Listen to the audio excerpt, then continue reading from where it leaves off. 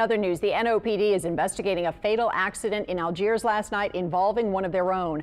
A 54-year-old bicyclist was hit by a veteran patrol officer. Investigative reporter Mike Perlstein reports. I'm standing here at the intersection of Garden Oaks Drive and General DeGaulle Boulevard, where at about 9:45 Thursday night, a New Orleans police officer struck a bicyclist and killed him. It was a fatality in which the victim ended up in the middle of the street on DeGaulle, right about here. One witness who posted on social media described the accident as horrific.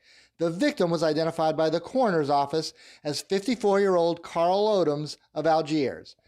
New Orleans police identified the driver as 24-year veteran patrol officer Derek Williams. Police said Williams was off duty but driving his police unit.